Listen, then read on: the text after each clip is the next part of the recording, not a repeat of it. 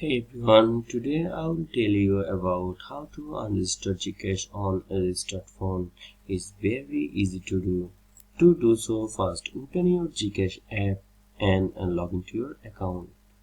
From the first home page, you will see an option profile here. Just select it. Then you will redirect it to your profile. From the profile option, just select settings from here. Then in the settings section, you will see an option account secure. Just tap on it. Then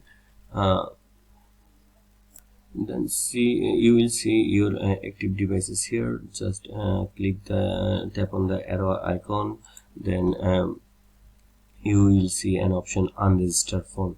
Then tap on it, and then you will see two options, yes, unregistered and no. If you are agree, then tap on it, yes, unregistered. Then you have to take a selfie to verify your identity. Just verify yourself and then tap on next, and that's it.